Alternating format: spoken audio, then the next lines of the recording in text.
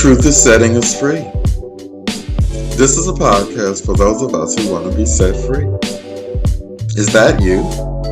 The basis for most religions is the practice of spiritual principles.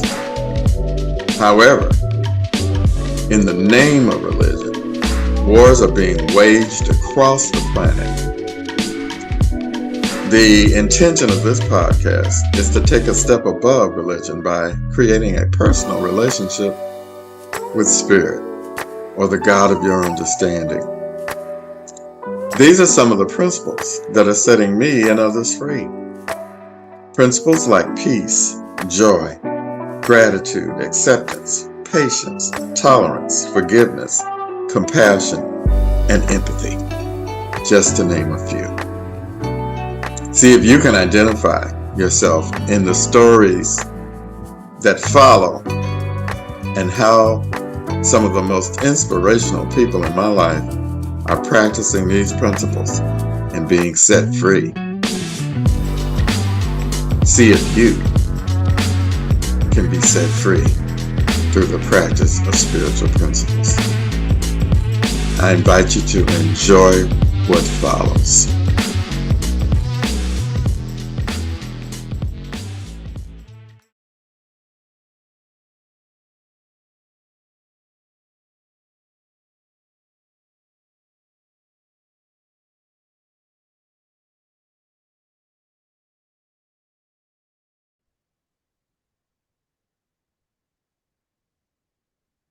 Good morning.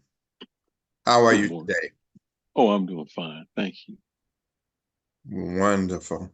Wonderful. I'm so happy that you can come and have this conversation with me about courage. It is one of the most powerful spiritual principles that I know of. I would say very close to the principle of love. It's one of the principles that falls out of love. Out of that principle comes all the rest of the principles. That is the principle of love. So courage.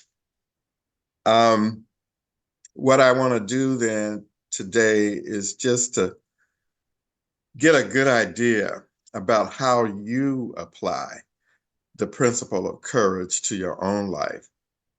So as the rest of our community can see a practical application of this principle. So what I want to first do is give you an opportunity to introduce yourself and let the people in our community know who you are and what you do and how you do it. That's what this is all about. Well, thank you. I'm Gerald. Gerald Chambers. I go Gerald C. Gerald Chambers. And I guess first and foremost, I'm a recovering person. You know, I'm a father. I'm a grandfather. I'm a husband. I am a professional person. I'm a neighbor. I'm a citizen. I my profession. I'm a licensed psychotherapist. Um, and like I said, also a recovering person. Um, yeah, I'm an artist. I'm a friend. I'm a sponsee. I'm a sponsor. I'm a I'm an internet content provider. I'm an artist. So I'm all of those. I'm all of those things to some degree. Yeah. So when you relate to the community, especially as it relates to courage,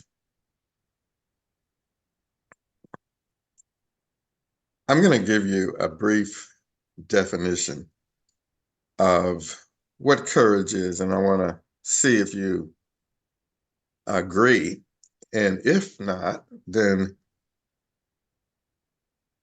put your idea of what courage is so that when we answer these questions, we'll know from where you're coming.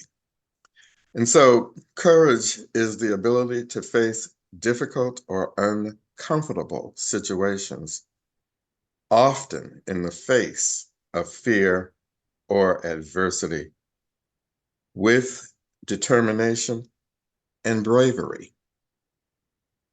Hmm. Hmm. Would you Yeah. add change? Yeah, it's certainly those things, and it can be more than that. I'm still working on my definition of courage. I had one definition when I came in, when I started. Now I got another definition, and I'm hoping to continue to work on it and create even a different definition because I'm constantly changing. Originally, I thought courage was just the power over the courage to have power over other people, to get people to do what I wanted them to do. I thought I needed courage for that. But the different form of courage is the type of courage that you need in order to get people to work with you, share power with you. That takes a different kind of courage to allow other people to be who they are and maintain your humanity and their humanity in the process. Okay, I like that. How does courage fit into the larger framework of spiritual principles? Well, I don't even think one can practice spiritual principles without courage. It's not spiritual principles are not normal in our society, and it takes some courage to stand up for. It takes some courage to define what you believe, and then it takes courage to stand up for what you believe. And it's one thing to do that when nothing is happening, when things are going well. It's another thing to do that when the wind is blowing or conditions are not optimal, or when you're faced with a situation where you could be ostracized or even hurt or killed. It's hard to have courage. We see that in our society. We see a general lack of courage in a number of areas where courage would be helpful. What is the difference between courage and fearlessness? Or is there a difference? Well, I think they're both in kind of the same category, but courage, courage is different in that it's not that one is not afraid. It's that courage allows you to be afraid and still do what you think is the right thing. That's kind of the difference.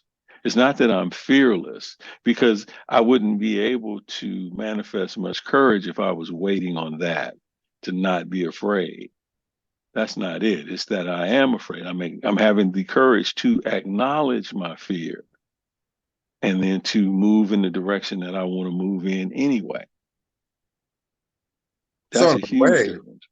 it's fear less or less fear. Yeah, less fear in terms of overall quantity of fear. Yeah. Yeah, yeah, Uh-huh. And the yeah, willingness to step forward anyway, you yeah. know, not knowing what uh, the outcome might look like.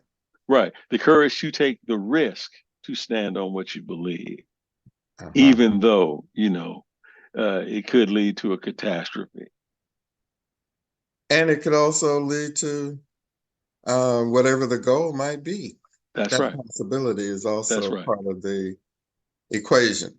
That's right. And what you're talking about is the difference between doing it and not doing it and having some faith that what you are doing is going to work out okay. Faith. Yes. The courage is going to trigger other spiritual principles. It's not just courage. It's courage in combination with other spiritual principles: trust, faith, commitment, as you said, love, kindness, care. And so it actually goes back to that first question then. How does courage fit into the larger framework of spiritual principles? There's Because you're one way pulling that it in does. Yeah, more than just courage. yeah. It's Hmm. a it's it's a it fits in because courage is a type of currency. Like a quarter is a type of currency, like a dollar is a type of currency. You need all of that in order to function financially. So spiritually, we need to use all the spiritual principles in order to have a spiritually healthy life. I think that's really important to understand and to know, Hmm. you Hmm. know, that these principles work in conjunction with each other. Hmm. Um, can courage be developed or is it an innate characteristic? Oh, I think one of the beautiful things about all the spiritual principles is they can be cultivated. You know, that we do have some courage, but in order to do some of the things that we need to do, we need to have a lot more courage. And we cultivate that over time through practice and through faith and through persistence and through trust and honesty and willingness. We cultivate more courage. And so, with this cultivation of courage, um, how can we cultivate courage in our own lives and then use that as an example for others? Well, Have you? I think we all are trying to set a good example. Um, and actually, the only real way I can cultivate courage is in my own life. You know, if I'm trying to get someone else to do something, then that means I'm trying to promote courage, and that to me is an act of fear. And so, by cultivating courage in my own life, I stand in as an exemplar of what courage is. I stand in as um, a person that has a high degree of self-acceptance. You know, and I think that is attractive to people. I don't think that I can make anybody have courage, or I can force courage on anyone else.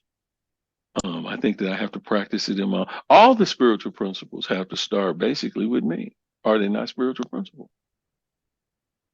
You said um, to promote courage is an act of fear. Why would courage as a promotion be an act of fear? Well, one of the principles of recovery is that recovery is about attraction and not promotion. So if I apply that to the area of spiritual principles, I want to try to be an attractive person. I want to try to live an attractive life. I don't want to try to convince, cajole, force, uh, uh, dehumanize anyone into being courageous. I want to just set a good example.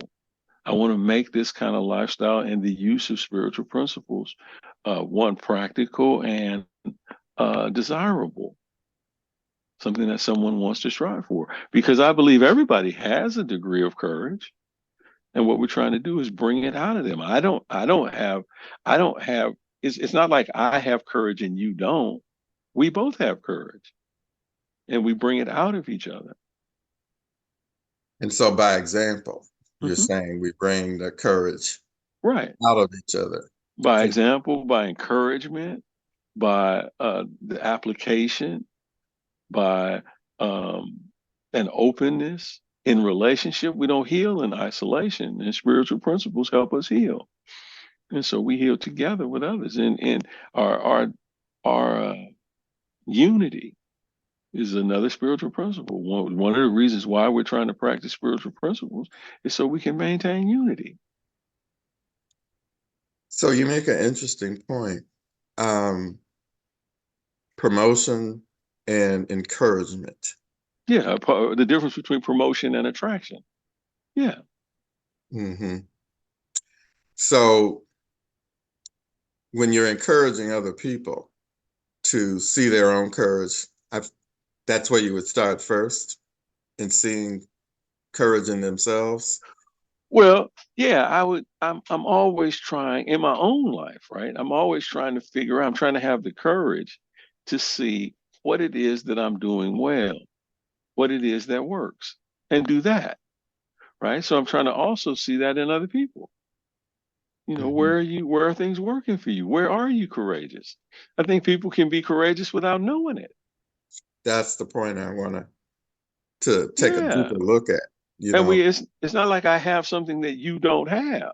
Hmm. It's not that way. And I don't have anything over you. This isn't competitive. This is us working together to try to compare notes on where we are courageous. And so really, um, the courage to figure out where you are, in the process Hmm. is key. You've got to find out where you are on the map and then build from there. Yeah, you have to start someplace. And And so, you have to have the courage to start someplace. and you also have to have the courage to see that in other people and Yes, recognize what it is and many times point it out so that they can get connected with the concept. right. We say understanding and application that these principles work. Yeah, Um, but that understanding has to come from someone else generally, especially if you don't have a working knowledge right. of what spiritual principles are. So so you're talking about another area of courage. See, I have to be taught how to be courageous. Someone has to show me, and so I have to have the courage to allow myself to be taught, to allow someone to show me, to have the courage to engage in the process of trying to figure it out. Yeah, I think that's a big degree to where our relationships go wrong. I look at what I think the issues are. I look at what I think the problems are, and I don't also, to the same degree, look at where we are doing okay, where we are being successful, where something is working. And And so that it's connection has to be made if we're going to really practice courage in our Yeah, own. yeah, yeah, yeah. That's an important aspect of courage. That's if you need courage, that's where you need it. You need the courage to be able to see that the person that you are maybe in conflict with is not all bad. And the situation that you're in is not all bad. That takes courage. What is the relationship between courage and vulnerability? Well, um, I think that you have I think that I have to have some level of courage in order to be vulnerable. Without without courage, I can't be vulnerable. I can't reveal things about myself out of fear of rejection or um, harm or shame or guilt or even death in certain situations. I have to have the courage to decide where want to be vulnerable, who I need to be vulnerable with, or that vulnerability is even valuable. It Are takes there courage. situations in your life where you've had to um, practice being vulnerable as an example to someone else so that they can reveal whatever secrets they might have? Sure, sure. In relationships that are important to me, I have to show vulnerability. That's how we are able to connect. Would you have an example of what that looks like for you? Yeah, I have to be able to show more emotions than just anger or happiness. I have to be able to show a softer side of myself. I have to be willing to disclose some things about myself. I have to be willing to accept that I feel differently about something than you do. I have to be able to say that. I have to be willing in relationships to ask you, how are you perceiving me? Hmm. What makes it difficult for you to talk to me? What do you want me to do that I'm not doing? What am I doing well? What am I not doing so well? How are we doing in this relationship? Those are all points of vulnerability. I have to be willing to admit that I make mistakes. I have to be willing to accept my part in the situation that I'm creating with another human being. And that's all part of aspects of being vulnerable, being able to see myself. What part am I playing in this? So I want to, if you will, get a little personal Sure. and ask you what is a situation or a circumstance that you've had to practice vulnerability and um, display the courage that's necessary to? I have a current situation. I don't have to go back to the good old days. Right now I'm working on one of my projects is I'm working on creating some content for the internet around failure. Failure. It's hard to talk about failure. It's hard to think about it. It's hard to talk about it. It's hard to be with it, but it's a part of life.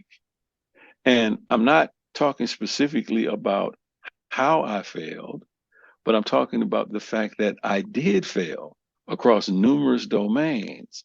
I failed financially. I failed in relationships. I failed as a father. I failed as a friend. I failed um, as a child, as a son. I failed as a brother. Failure, and I think that it's been difficult because of shame and guilt. You know, everybody would like to be vulnerable, and then people will be vulnerable if they can, I think, but things interfere, and shame and guilt is one of the things that interferes. And so I'm also being another area. See, the failure also brings back a conversation about suicide because I think that the perception of failure often follows uh, feelings of suicide or failure. If I think that I failed someplace, a lot of times we think about suicide. I'm not a religious person, so I believe in suicide. I believe that a person should be able to take their life because I believe that there are some situations in life that can be so painful and be so difficult to deal with that a person should be able to end their life on their own terms. That's the right of each individual. So I got to be one vulnerable enough to say that, and then also to be able to talk about that and allow another person to have their own feeling about it. That takes courage. But sometimes the experience, I know in my own life that there have been moments where I have felt like suicide might be the answer. Yes, But what I've discovered is if I persevered and continue to walk in courage, especially with the encouragement of others, around me, which requires a degree of vulnerability because I have to ask for help if I'm yes, in one of those situations. Now, if I'm yes, unwilling to ask for help, that's a whole nother story. yes, Then I'm lost in myself and these thoughts. But I recognize today in my own thinking that not all my thoughts support my best and highest good. that's right. And so I'm in a position where I have learned to turn the next page, so to speak. Yeah, You know, yes, wait till the next morning. I'm not going to do it now, but I'll wait and see what I feel like because I know that my feelings and my thoughts will change. yes, So it's really a delicate situation when one is having these ideas about suicide, and looking at the circumstances and situations and thinking that the thing that I'm experiencing is more permanent than it is. yeah. Thank you for bringing that up. That's true, right? I actually do believe that, and there are also some situations that are overwhelming, and I can't often tell the difference between the two. That's why one area of courage is to connect with other people so that I can do some form of reality testing. Is this just what I'm thinking, or is this really real? And what I can't just believe everything I'm thinking. I'm not saying that, but one of the reasons why I feel that way is because dementia runs in my family. And there's going to come a point where perhaps I'm not going to be able to take care of myself. And see, like right now, everything is okay. So, of course, I'm not thinking about suicide. But there may come a point in my life where I'm not able to function. I'm not able to take care of myself. And at that point, what do I do? So we need to think about that. But the other good reason to think about and leave suicide on the table is because, as you said, I can't really live until I start thinking about death. I'm Exactly. trying to live. I'm not trying to die. I'm trying to move things off the back burner. Let's get some things taken care of. Let's live to the fullest, right? But we can have this conversation if we could talk about failure, if we could be courageous enough to talk about failure, maybe we could reduce suicide. Exactly. Maybe That. we could reduce violence in our society. So how do we get people courageous enough to make that kind of leap? You doing it right now. We're engaging in a conversation. This is Mhm. how we do it, one conversation at a time. You know, yeah, this is about living. This isn't about death at all. I'm a quantity, I'm a quality over quantity person. What Quality does that over mean? quantity. What does That that means mean? And that means I want to live to the fullest. I'm not interested in heaven. I'm not I'm not interested. I want to live my best life right now. I want to have the courage to do that. I'm not interested in any kind of afterlife, none of that. I want to live the best life now. And I want to live as long as I can live my best life. And when I can't, I'm ready to go. It's time for me to go. I'm not going to burden my family with a whole lot of stuff. I'm not going to do it. I don't want to do that. And I just got to be courageous enough to stand up for that. Now, you are right. It's tricky. That's why I need to stay connected to people to help me figure out the difference between what's in my head and what's reality. Yeah. so it's But, important to have those kinds of people in your life right. and to develop um, relationships with people that are honest enough to share that kind of intimate. Why, Uh, if you don't have that, you might be dead already, just walking around dead, right? So yeah, relationships are important, and I gotta have enough courage to understand how important they are as important as food and water. so you said they might be dead already, just walking around. Spiritually dead. Is it Without this, possible then for them to be resurrected? of course, of Okay. course. Well, and my whole thing is don't die until you're dead. Right? That's my whole thing. Try to live life. Try to have the courage to live the life that I have. Try to. And so it takes courage to rise up out of the ideas of despair and desperation and fear. Um, how do you do that? What are ways that you practically have been, I don't, one term might be reborn or had a spiritual awakening? How would you? Well, I do it one day at a time. That's for sure. Hmm. Just one day at a time, right? And so another way that I do it is I have to have enough courage to lean into the reality. Spirituality is about a different relationship with reality. And so these things are all real. I'm going to get old. I'm older. I'm going to get sick, and I am going to die. There's no antidote for that. There's no getting around it. I got to have the courage to look at that.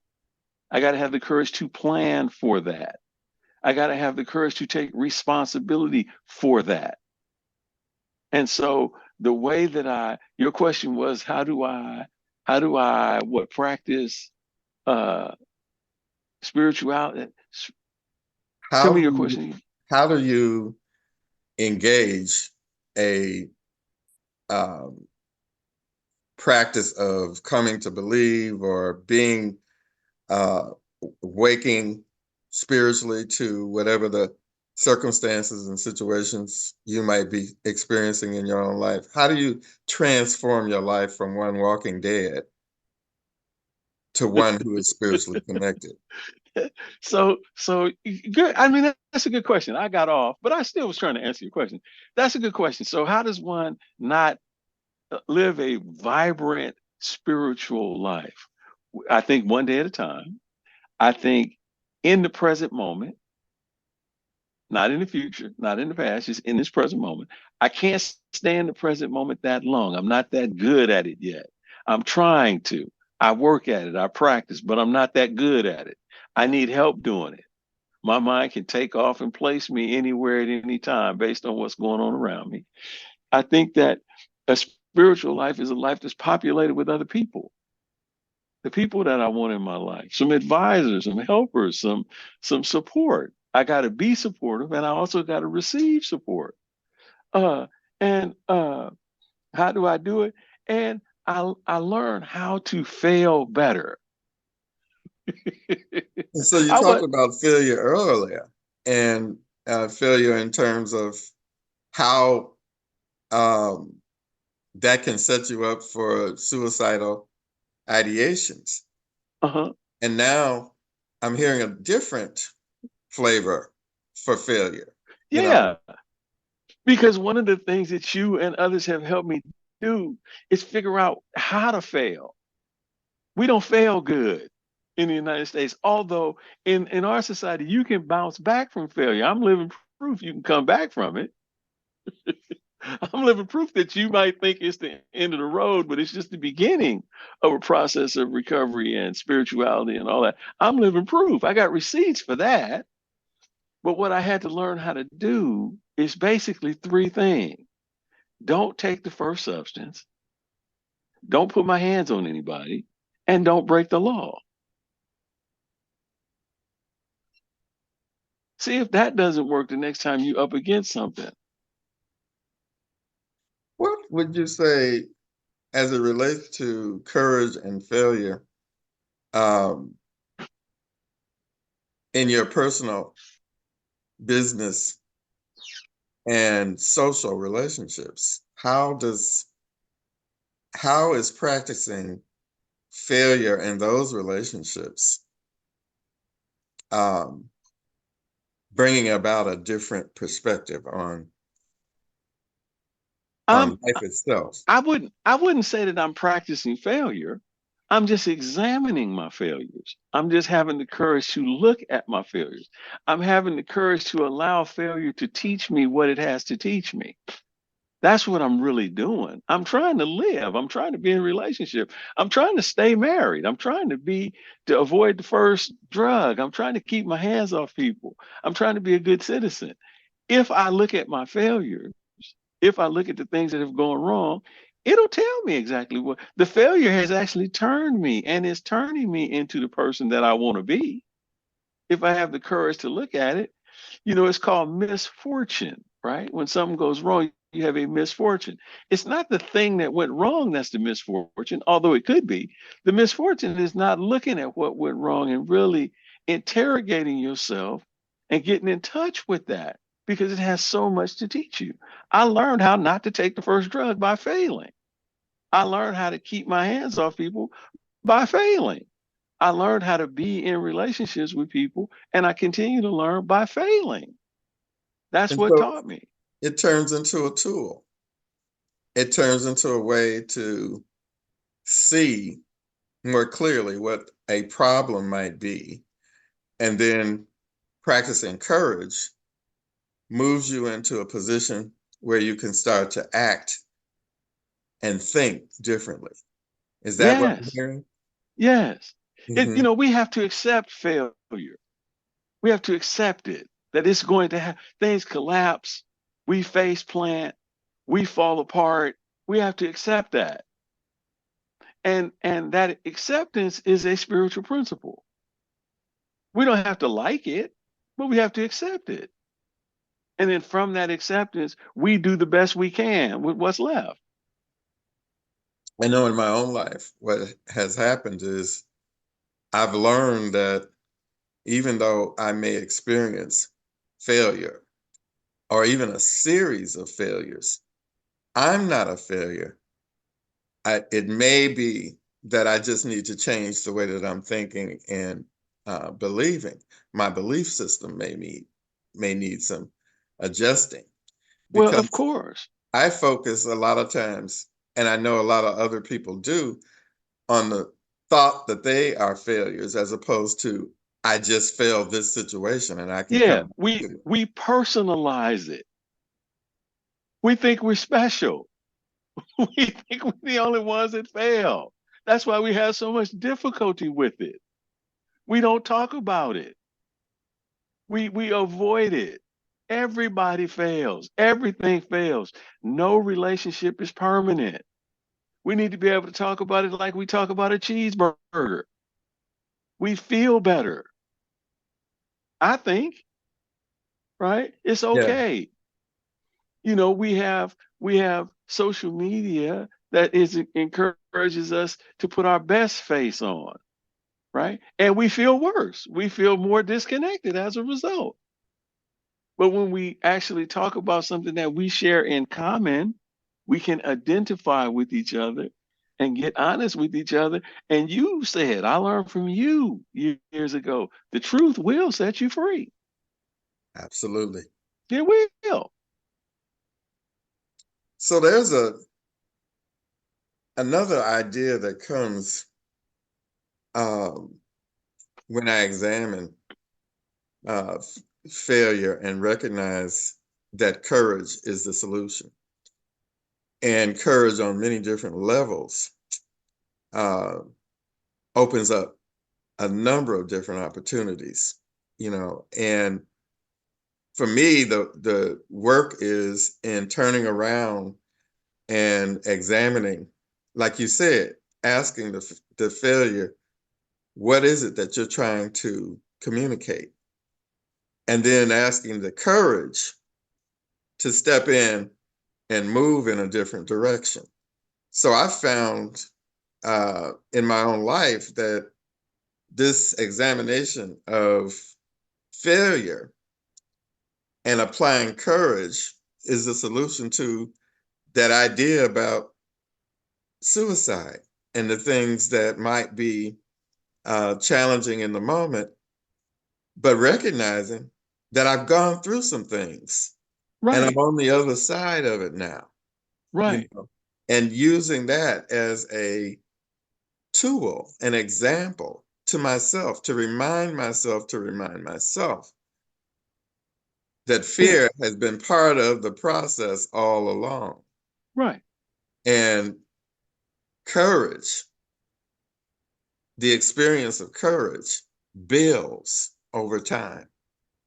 And I've got now the ability to walk through situations and circumstances knowing that I have the tools that are necessary for me to see past whatever right. this is. Today you do. Yeah, Today you do. Just for today you do. yes, Tomorrow things may change, and we need to be open to the fact. See, that's the thing that requires faith. Is that just because I'm declaring courage today doesn't mean I'm gonna have it tomorrow, or it doesn't mean that I'm not. Life is like a game of Tetris. The boxes fall slow, then they fall faster, and then they fall on your head. So we're gonna do the best we can as long as we can, and that's all we're gonna do. are there situations where we should not be courageous? If so, what are they? Well, I don't think that it's really courage if you run into a situation where you shouldn't be courageous. I think something else has contaminated what you think is courageous. I think the spiritual principles don't compete like that. I think the spiritual principles actually work the way that they're supposed to. You know, we have to, courage without wisdom is ineffective. We have to have wisdom. Just like any tool, the tool won't help you if you don't know when and how to use it. So it can file some things up. That's why I'm in connection with other people, because what I think might be courage might not be courage at all. Because if I only got myself to convince about what courage is, and I'm not struggling in relationship with somebody else to figure out what it is, I may not have it. I can't be sure. I think that's why we've had so many religious wars. You know, people are convinced that they know what the truth Right, is, and the truth is setting them in conflict with right. someone else Themselves and the world. and end up in a position where, um, like you said, putting their hands on Right, other individuals and on a national level, putting themselves on the line in the name of nationalism so that they right, could maim and kill and right, right. That's the problem that we have. And a aspect of courage that we never talk about is the courage to not be sure. I'm say not more sure. about that.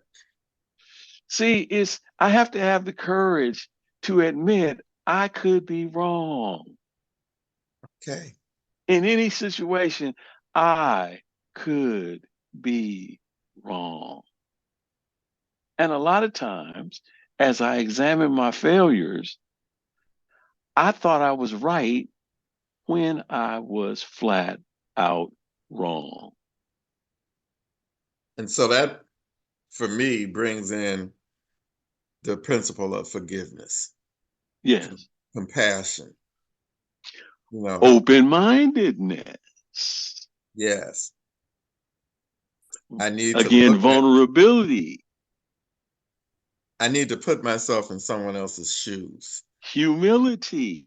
Yes, Yeah. yes. How many situations, how many catastrophes in my life resulted from me thinking I was right? Hmm. And see, A this is lot the of them. point. This is the point, you know, because there's so, our experiences can tell us that something is so wrong or right that I need to take action, even if I've not had a discussion with you Right, about what that is. You right, know I used to run on what I thought you said, right, and I used to run on the conclusions that I reached in my head about why you demonstrated a certain behavior.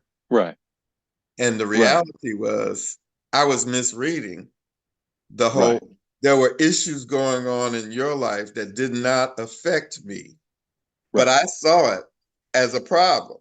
right, I saw it as an issue, not only in your life, but also mine. And right. this was something that was done basically on purpose. Yeah, You know? And so now I'm able to step back, take a look at the situation, and ask myself, did I really hear what I heard first? And am I courageous enough to even ask the question, right. of And you the do that in relationship with other people. I have a tendency, I respond to both real and imagined threats. I have a tendency to not see things clearly and not be aware of that and not have that stop me from acting. I have a tendency to make situations worse. That's my history. When I talk about failure, that's what I'm talking about. Those things lead to certain types of failures. So I got to have the courage to be vulnerable enough to open up to let someone examine my thinking. And how many people do we come into life with that we trust to the point where I can really believe that someone is going to act on my best um, behalf? You know, Right. that takes a great deal of courage to share on an intimate level. That's what we're missing in We our talked about society. vulnerability. Yeah, that's what we're missing. We don't, you're right about that. Many of us have never had people that we could actually turn to and say what the problem is. We don't have that experience. That's why we have substance use. Because for those people that go severely into substance use, that's what they're trying to fix. They've never had anyone that they could turn to. So you're going to turn to something: drugs, sex, violence. You're going to turn to something. But human beings are different than other animals. Ideally, we turn to each other when there's a problem, when we feel overwhelmed or afraid. We don't burrow holes, we don't climb trees. Relationships are important for that reason. We're mammals. That's what we do. We turn to each other. And if there's been trauma, we turn on each other. That's an interesting point. So we turn on each other when there's been trauma. And Hmm. who hasn't experienced some level of trauma? Right. You know, so at some point, even the closest of relationships experience some level of mistrust and trauma. And therefore, courage is something that is really important. How do you find the balance between courage and recklessness?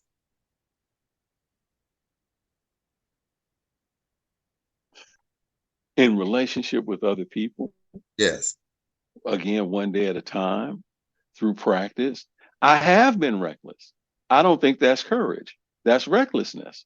Hmm. Courage is different. Without the combination of the other spiritual principles, good luck. If you think you just going, if you try to approach life with any one spiritual principle without the others, you are being reckless. That's the definition of recklessness, as far as I'm concerned. Not using spiritual principles in conjunction with each other, not being in relationship with other people thinking I'm practicing spiritual principles. I'm not. Not seeking wise counsel, not being willing to be coached or taught. I'm not. That is recklessness. Is courage the same thing as taking risks? If not, how are they different? Well, I think in order to take risks, one needs courage. It would help you to have courage. You don't have to have courage to take a risk. You can just take a risk. But then again, we're talking about recklessness.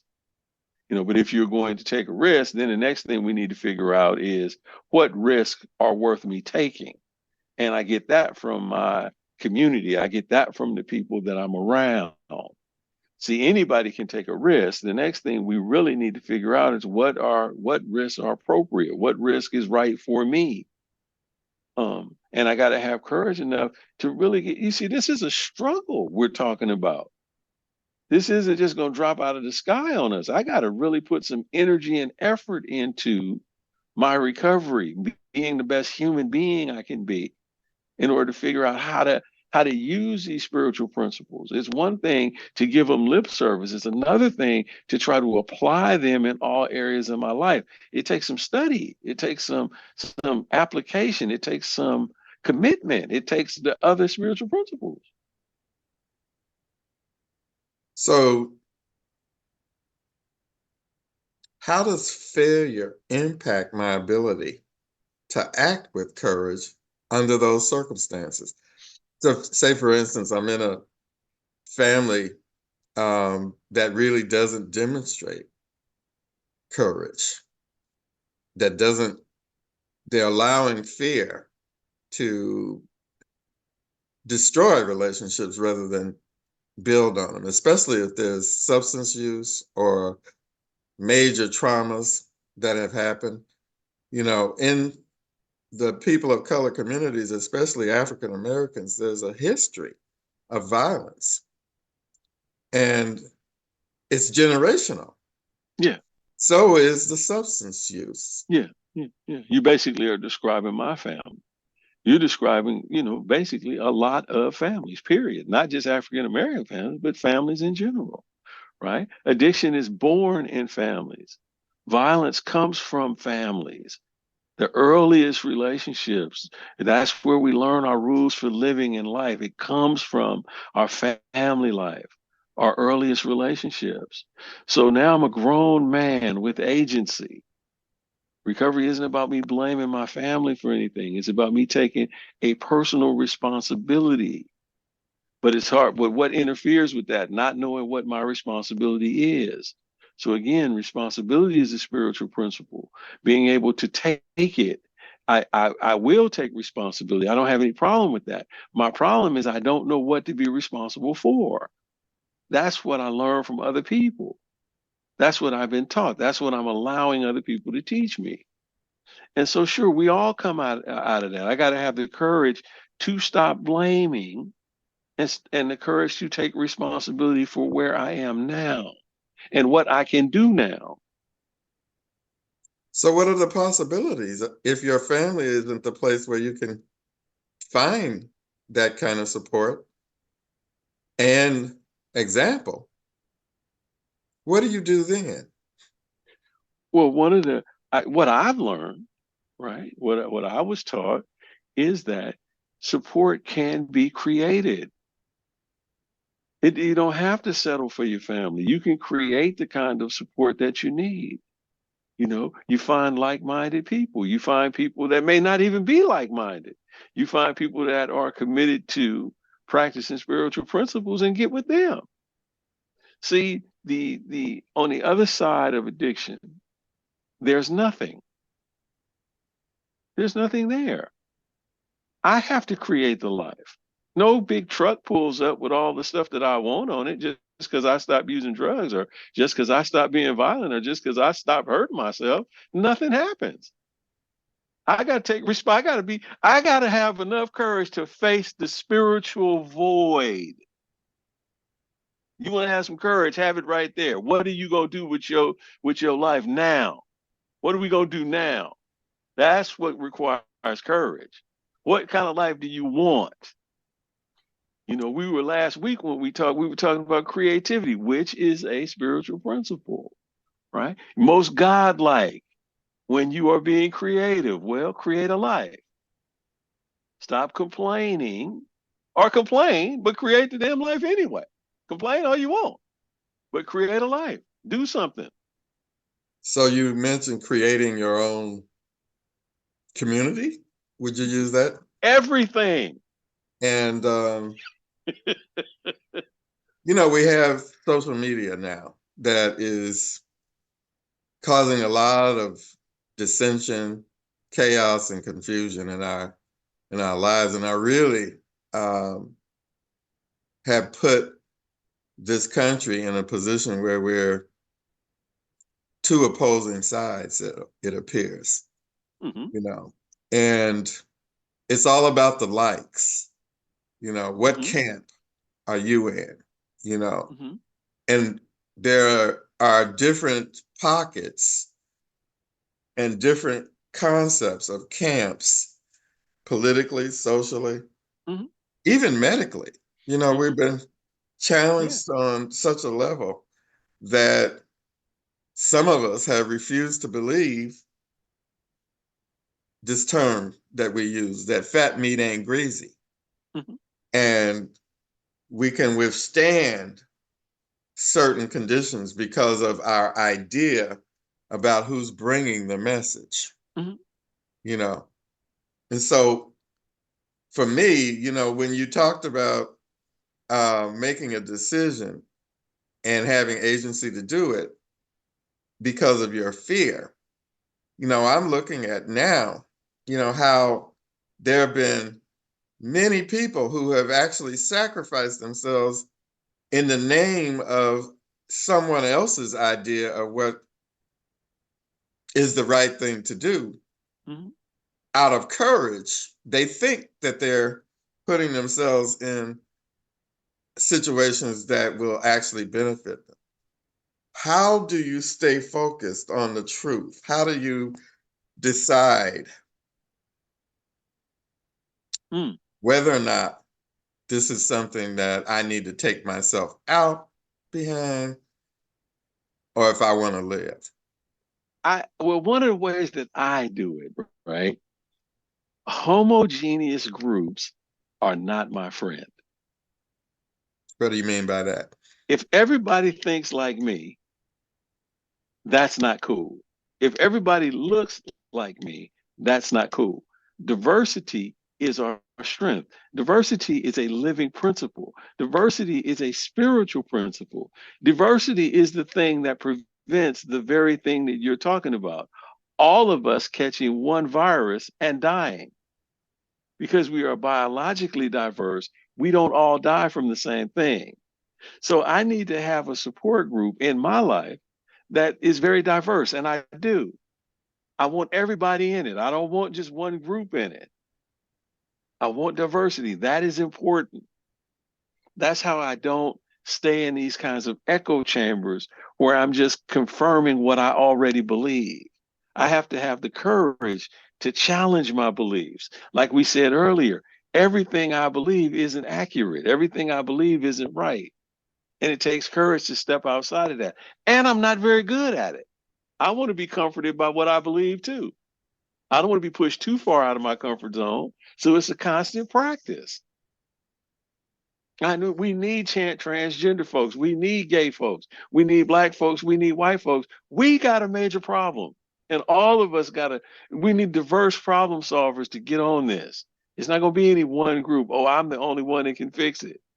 No, no, no. It's going to be a diverse group of people. That's the problem that we have. Democracy is a spiritual principle.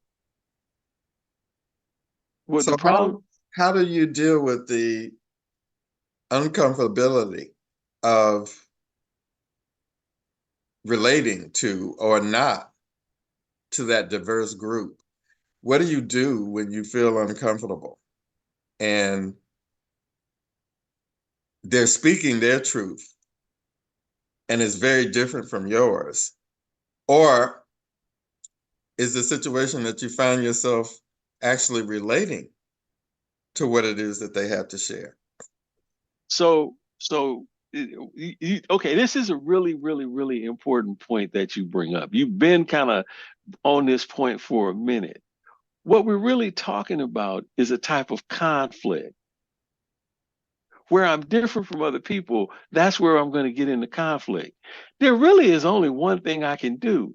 I have to manage the conflict. It's not going to go away. And the only thing I can manage is myself.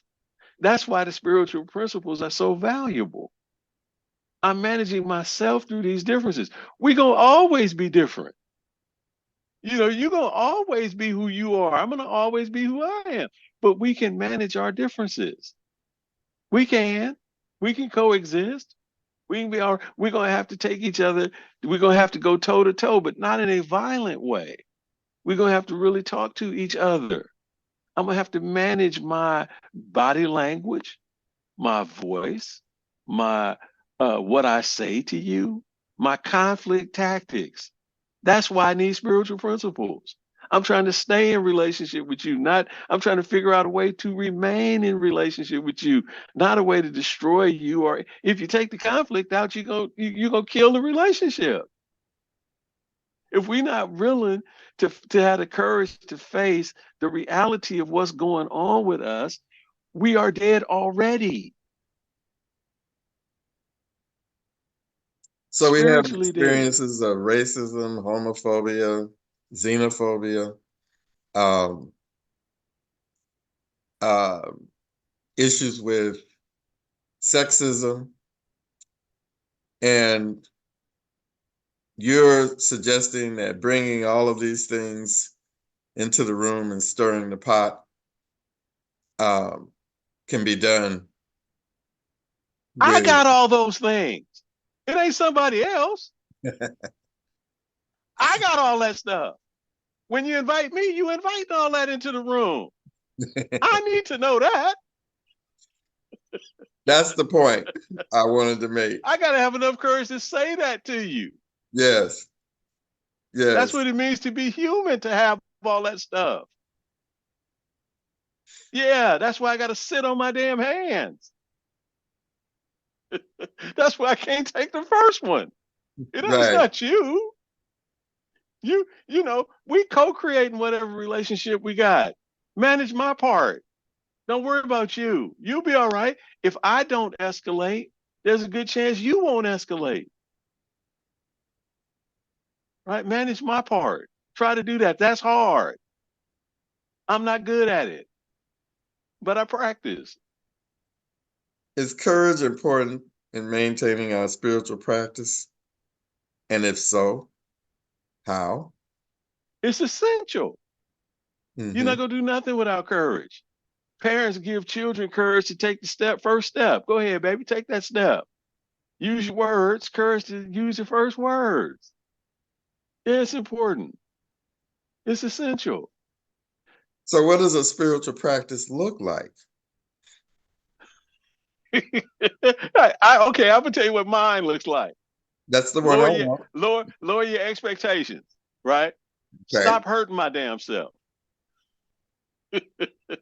Stop hurting myself.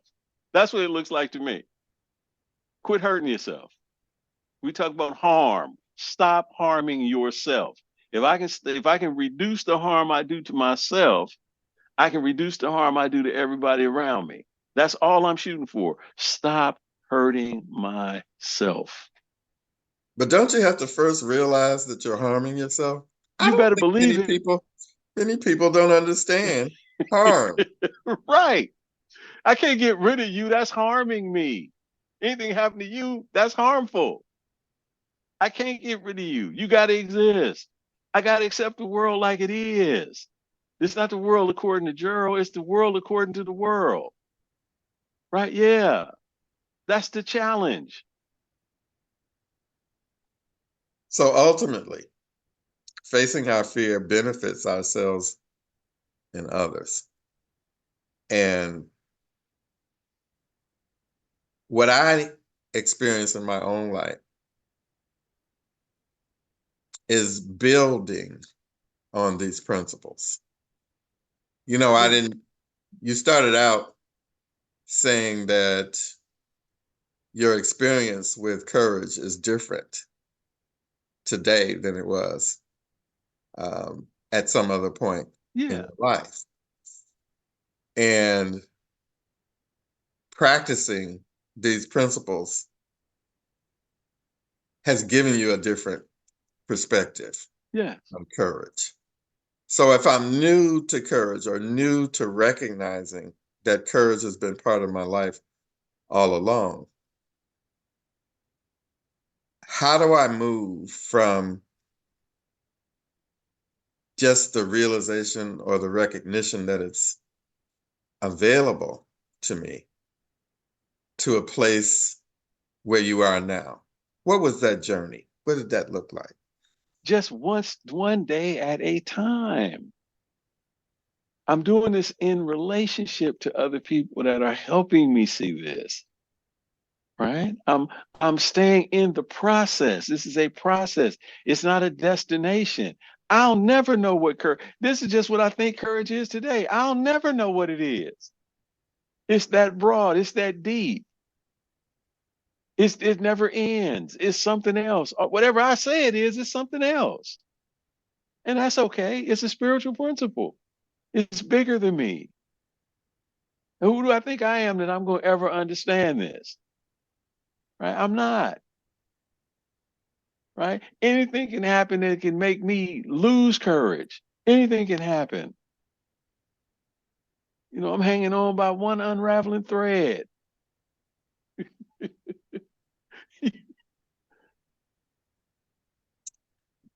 Can we be courageous without facing significant challenges or adversity?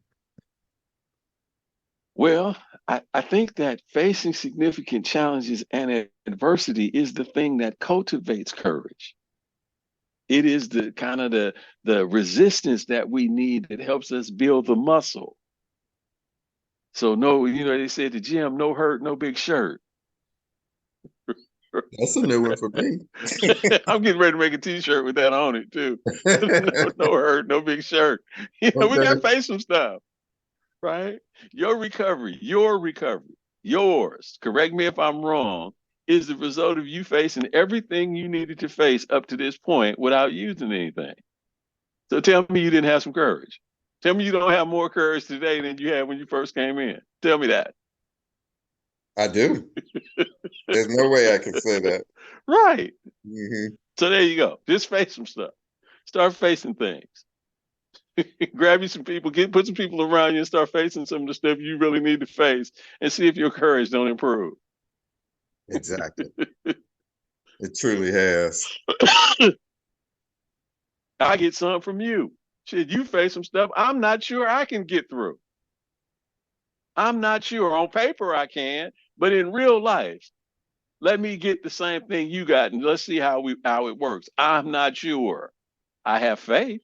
I have faith. I have faith. But there's no guarantee I'm going to get through the same thing you got through. Well, you bring up a very interesting point. Is it always necessary to act with courage, or are there situations where we can choose self-preservation instead? Well, again, wisdom. There are lots of different situations, lots of them. So we're going to have to try to apply this across a wide variety of different things. So I don't know. I don't know. Sometimes I want to act courageously. Sometimes it's going to be difficult. I don't know. Right? I want to be courageous. I think I am better off when I am courageous than when I'm not. I think I am better off. I have faith that when I act courageously, I am better off. And so Now, what would determine the situation when you are not practicing courage? Is it contextual? I think so. I think there are some situations, there have been, and there probably going to be in the future some situations where I'm not going to be courageous. I'm not going to be able to. I'm going to be as courageous as I can be, and that might not be good enough. I've already experienced some situations like that. I expect that I'm going to have some more. But the thing that I'm going to commit to, the area that I am going to be courageous in is I'm going to try to not take the first drug. I'm going to try not to put my hands on anybody. I'm going to try to not break the law so that I can respond and learn from that situation so that I can have the courage to approach it again. I'm going to be thwarted at some point. I'm going to face plan again. There's more failure coming. So right now, today, I can do some things. Tomorrow, I might not be able to do those things.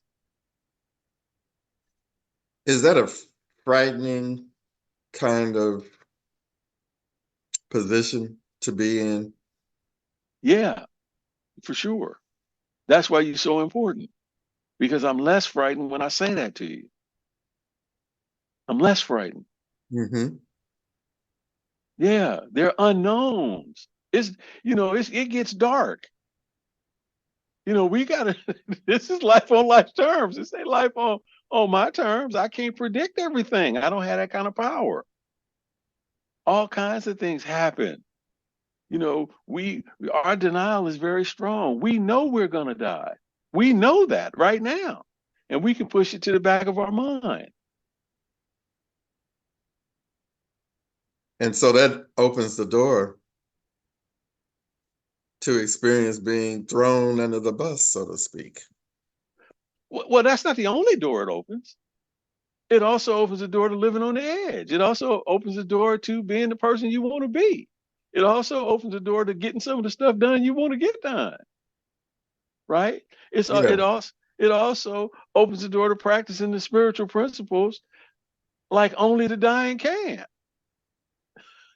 As Wendell used to say, you know, yeah. He knew he wasn't going to be around. That's what he helped me see. Yeah, this is the moment. Live it. Can courage be displayed through peaceful activism or social justice movements? Sure. That's one of How? the better ways it can be displayed. That's how we display it, right? How do you Man, do that? but keeping my hands to myself, not hurting myself.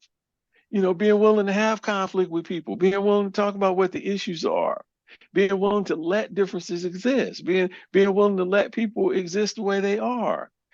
Seeking democracy, right? You don't get everything you want in a democracy. You get what you can live with, right? It takes courage that I'm going to be all right, even if I don't get exactly what I want, That's right? a really important point. You Sure.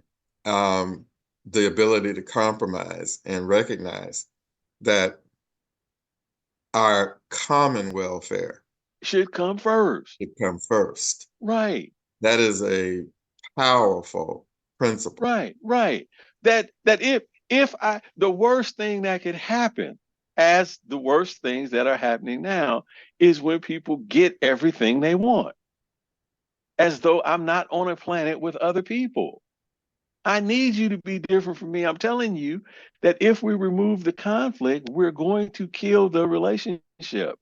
That doesn't mean we have to kill each other. We have to manage ourselves. We're going to have to figure out a way to be more spiritually intelligent going forward than we have been up to this point, or we're going to continue to fail. I like how earlier you said you were going to put a phrase on a t-shirt, and that's part of your activism. It's part Yeah. of the way that you are using your voice, so to speak, and creating art that reflects that idea. I think that's an important thing to recognize for all of us, that we have the ability to communicate on more than one level. Oh, sure. We We also we have the power to transform circumstances and situations just through our art. right, right, through creativity. We Yes. have to resist wherever everywhere we are. We have to say something. We have to do something. We have to have the courage to create. Everybody's an artist. The big problem is that we've been told we're not artists. And artwork always precedes revolution. Look at the artwork. Look at what the people were saying, from graffiti to protest signs. Remember the Black Panther Party? They had all kinds of slogans and signs. All that stuff is in a museum now. You know, uh, uh, I got a picture with the man, me and him standing together. That was the main artist for the Black Panther Party. I got a picture, me and him together. I'm forgetting his name right now. I'm sorry that I am. But I got a picture of him, one of the guys that created all the artwork. I grew up with the Black Panther Party as a child. And so, yeah, artwork is important. Mhm. And And so everybody, I would really stress, we have to be courageous enough to accept the fact that we are artists. That's because part we of our all problem. have creativity as a gift. Right.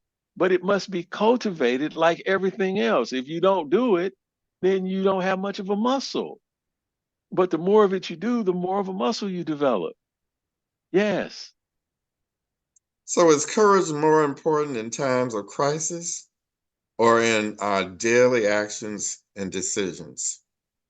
Well, I think if we can have courage to address things before they become a crisis, we can avoid some of the things that go wrong. We can't avoid them all, but we can avoid a little bit of it.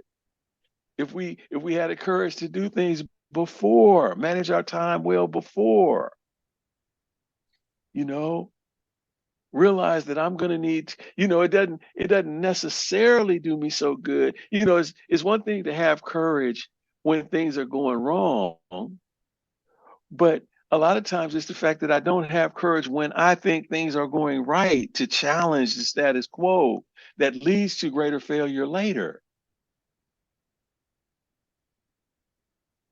How can we encourage others, especially younger generations, to be courageous and take action for the greater good? Well, I think one thing, and I think one thing is just to see them. Do we even see them? Do I have the courage to even see them, acknowledge them, that they're present? If I don't acknowledge that they're present, I can't acknowledge that they have courage. I can't help them. I'm not engaging with them. I'm afraid of them. I don't have the courage to like actually talk to any of them. It's going to be difficult to encourage them to do anything. If they still think we're in two different camps, and I got something against them, we're not going to be able to do anything. I got to develop some rapport. Rapport is the thing as a therapist, rapport is the thing that I use. It's the anesthesia. It's the way that we convey ideas. If I don't have rapport with you, I can't do nothing. So I how do can you connect with young people? What do you do? talk to What them, are the actions you take? talk to them. I'm hoping to get these kids over here tonight so we can make some artwork. I'm hoping, we're gonna put some art together. Me and my grandson, we put something together last week. I'm trying to get a couple other kids over tonight so I can show them how to do some stuff and just listen to what they're talking about and just have some fun with them, right? I don't know if it's gonna work. We're probably gonna have a mess, but we're gonna try something. But you're courageous enough to invite them over and I'm give in a them license, community, give them license to do art. right? Right. I'm in a Yeah, community. I'm with right. some children. Create a I'm with community. other people. I got to be active in my neighborhood, right? That's fun to me now for some reason, right? And so that you're suggesting that that hasn't always been part of your experience, but No, no, no, no, that's something no. that's new now. Yeah, that's new. Yeah, that's new. That's new. I But in haven't the, always been available like this. I haven't always been open like this. well, see, that's the thing that I really want to get at too, for especially a number of people to recognize availability, how Oh, courage has created the availability to connect. right, You first said see that community right, and then connect with that right, community and come up with creative ways to do so. right. No, I think Well, that's something that's missing between the generations. oh yeah, yeah, yeah. Well, service is like a spiritual principle to me, to be of service. Only reason I'm doing any of this stuff is to just be useful. you know, are you useful? Yeah, do you help anybody? You know, so that's the reason why I do it. That the courage to be of service. It's not always about me. I don't do everything for money. I don't do everything for status and power and prestige. I don't. I do some just because it's the right thing to do, or I try to, you know. That is an important point, you know, recognizing that everything that you do, there's so many people that are caught up in the next dollar, more money, Sure, sure. you know, and they don't recognize the power of service as a gift, you know. Right. And so I'm really understanding service. This is part of the reason why I'm even doing this podcast, because I want to give people an opportunity to see from different perspectives how we practice these principles and experience freedom from the things that we don't want to experience in our lives, and freedom to be able to provide service to life itself. Yes. That that is the great gift, I believe, that Right. comes. So what you're talking about, I think most people would be of service if fear wasn't interfering. Like I'm not Exactly. going to get something, I'm not going to be someplace, I'm not going to have something. That interferes with the ability to be of service, to do Yes. something just because it's the right thing to do. Now I had to be taught that. I didn't know that. I was on the same train as everybody else, right? Okay. Um, but I do. I am recognizing the amount of time that you've put into this, and I don't know if I have some additional questions, but I'm not sure if you want to stick around. And How many do you have? I've got four more questions. Just go. Okay. Um,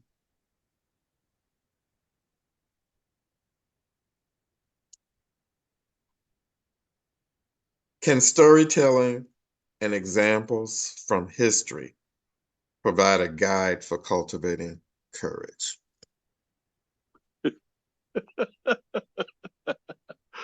Uh, yeah, right. A part of recovery for anybody is to be able to tell your story. What happened? Where were you? What happened? And where are you now? And it's through those stories that we see where we had courage. When you tell me your story, I can point out what I think was courageous. And that's how we learn that we do have some courage. Everybody has some degree. It's like health. If you have a pulse, you got health. Now, what degree of health do you have? That's a different question. Everybody's got some courage. When you tell your story, I can point out what I thought was courageous. Sure, storytelling is really important. We need to share with each other. So when you told your story, what did you what came to the surface? What did you understand about yourself in telling this story? Well, one of the things I thought that if I told my story, if I thought at one point I was superstitious. I thought that if I talked about the story, I would, and this was true, I had to re-experience the feelings, right? So that's Mhm. true. But I also thought that if I told the story, you would end up in the emergency room, right? That it was so tough that it was going to kill you. And so Uh-huh. one of the things I made up in my mind is I can't tell it to to keep from hurting you, right? It's gonna hurt your feelings if I tell it, right? So we got all this mythology around who we think we are and how important. See, everybody fails. Success is one thing. Failure is democratic. We all succeed in different ways, but we pretty much fail the same way. And we can identify with that. But we don't know that until we connect with another person, that I'm not the only one failing. I'm not the only failure. I'm not the only one that has experienced failure or that I'm not my failure. I don't have to personalize that. So where does courage come in? Everywhere, from the moment you decide to engage yourself to the moment you actually say something to the time you deal with the feelings, the time you deal with the blowback from it, the results of it. Courage is everywhere. Courage is all around us. It's not like it's not here. It's mine to capture. It's mine to identify. It's mine to use and enjoy. There's no shortage of courage, right? It's here. People don't always use it. People don't always, it's not going to run out. It's available anytime you want courage. You can have it. That's why it's a spiritual principle. So we've been talking about courage for quite some time now, and I think people are really beginning to understand just how powerful it is, for one thing, uh, and how to actually apply it to life situations and circumstances. So, we started out looking at how courage can be grown, so to speak, Mhm, or cultivated in mhm, our own lives. We looked at how courage could be a tool that we could use to, say, operate on some of the emotional, mental, and spiritual conditions mhm, that we encounter. mhm, We talked about how faith and compassion play a mhm, role in uh, building courage and opening up new opportunities to see it from different perspectives. Mm-hmm. We talked about how even dealing with ideations of suicide, Mm-hmm. that there are ways to maybe delay the thinking to the point where a door could open to a room with more light in it, so to Mm-hmm. speak, Mm-hmm. you know. And I think one of the things that uh, this all brings to the surface is the idea that, as you just said, courage is always available to us.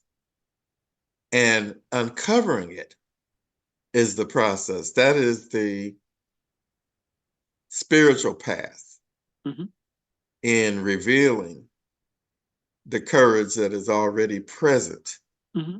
inside and outside of us, Mm-hmm. you know. So I want to kind of end with whatever you might be um, able to communicate to people in general. If you were speaking directly to the community about about courage, what would you say to them in a phrase, paragraph, Mm. about how to uncover it when it is right here? It's, they say if you want to hide something from people, you put it inside of them Mm.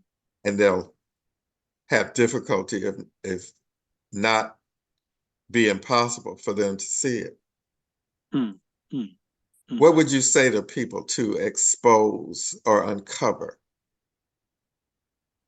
courage? Well,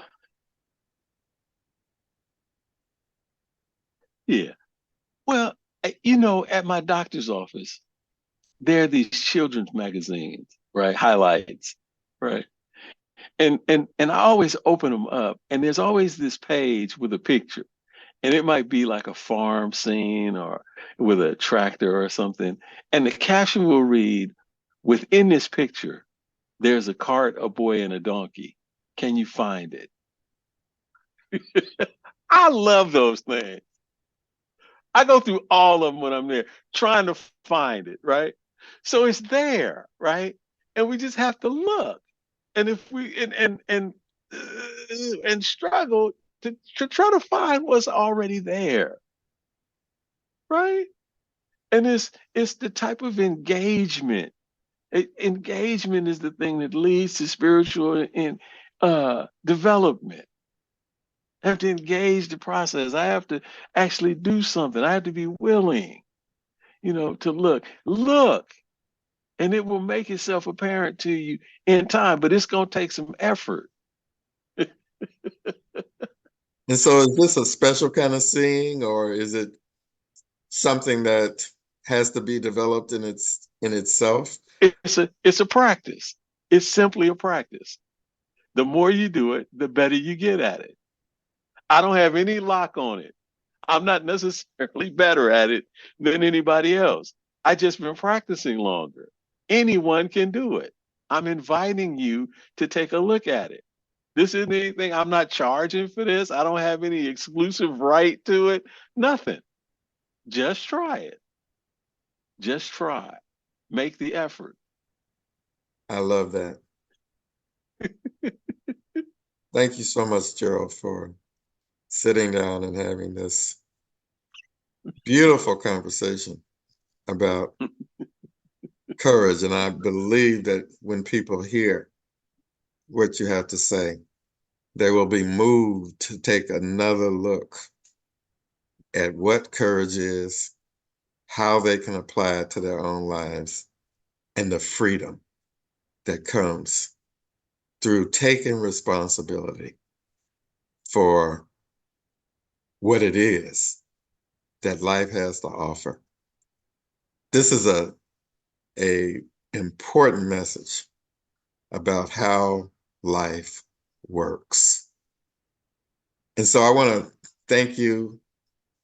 Any final words that you might want to say to the Oh, community before we end? just, just thank you for having me. You know, I absolutely love you. Absolutely. If I'm going to have this conversation, I want to have it with you. And I just, really appreciate that. yeah, yeah, yeah. Love you. Love you. Thank you so much for your time. Thank you for listening.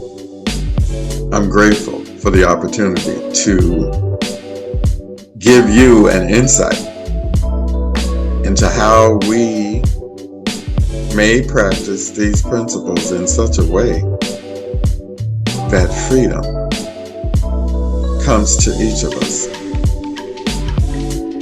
It's a commitment that I hope each of you can make to this practice that I know has set me and others free from the chaos and the confusion. Thanks for listening.